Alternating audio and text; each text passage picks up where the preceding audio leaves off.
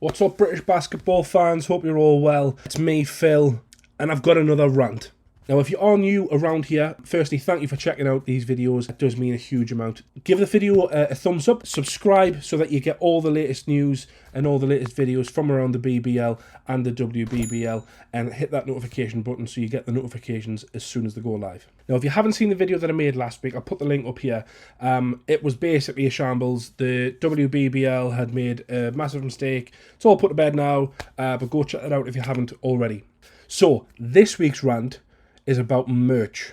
Now, anyone that knows me knows I love a good piece of merchandise. And for me, it's an intrinsic part of the problem with the BBL. Now, I got involved in a Twitter conversation the other day with Covey Josephs, former Plymouth City Patriot. We got talking about culture and the whole culture around the BBL, and in his words, how it was so weak. And initially, I wasn't quite sure, but then the more I thought about it and the more we talked, the guys got it absolutely nailed on. What do we mean by culture? What do we mean by culture around the British basketball game? Everything, music, fashion, everything that makes, and I hate to make this comparison, but the NBA is more than just basketball. It's an identity for people. It's a community to belong to. And yes, I know we have this community. We have this fantastic community around the British Basketball League. And obviously British basketball, women's basketball. It's a fantastic community. However, the culture around it is very stale, in my view.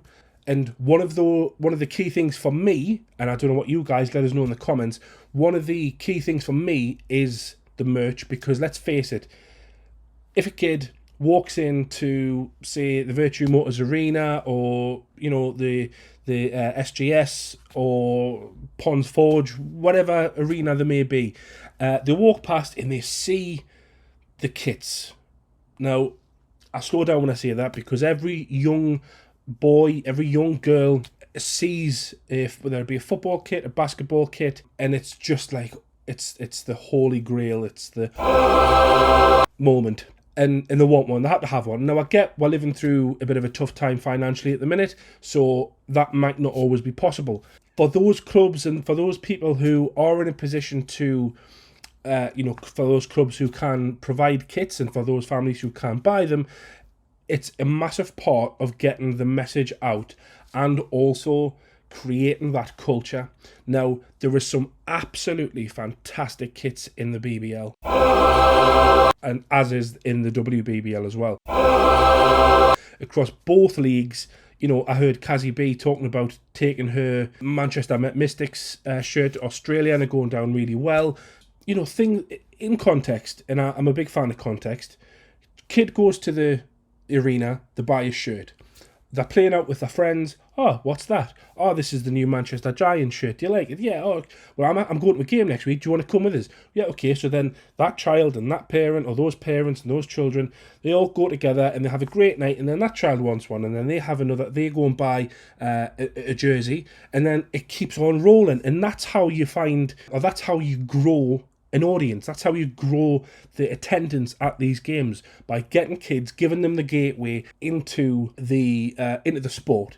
Now, that's one thing. That's selling tickets and selling jerseys. The culture side of it is, for me, basketball jerseys are a part of fashion. We've all had Jordan tops, we've all had Lakers, you know, Elliot from Hoopin and Luton goes round in his Nets. I think he might be a Nets fan, I'm not too sure. But it's a part of fashion, it's a part of culture, it's a part of a person's identity.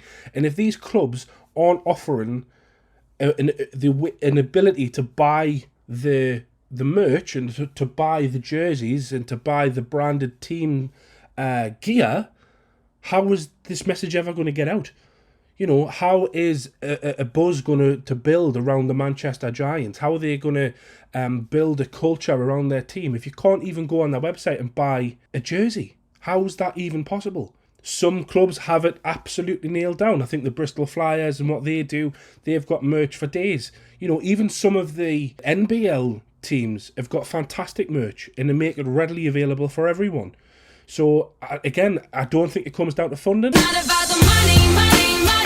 I think it's just a case of getting your house in order And seeing the link between the merch and the culture around the game and around the team, because let's face it, like and Kofi, he'll tell you himself, you know, hopefully we can get Kofi to come on the channel and discuss this, but it's a style, it's an identity, it's a way of life, it's music, it's art, it's fashion.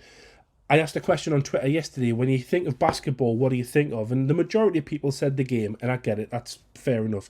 To me, basketball, there's music is connected to it, hip-hop, R&B, they go hand in hand for me.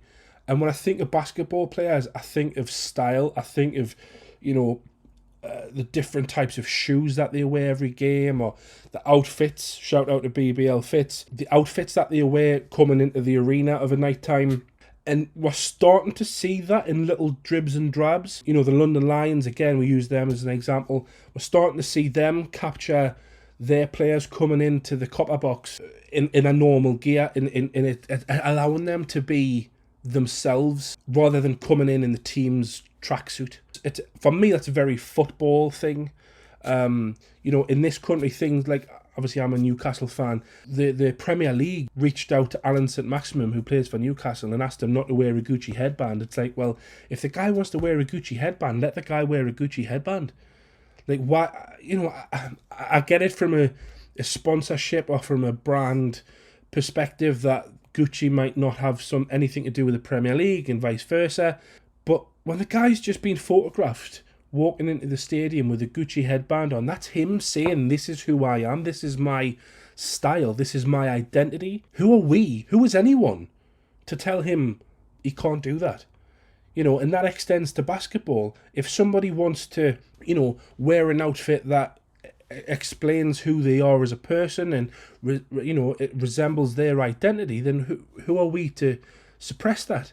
You know, why should we not allow these guys, these stars, let's face it, a lot of them are stars for what they do.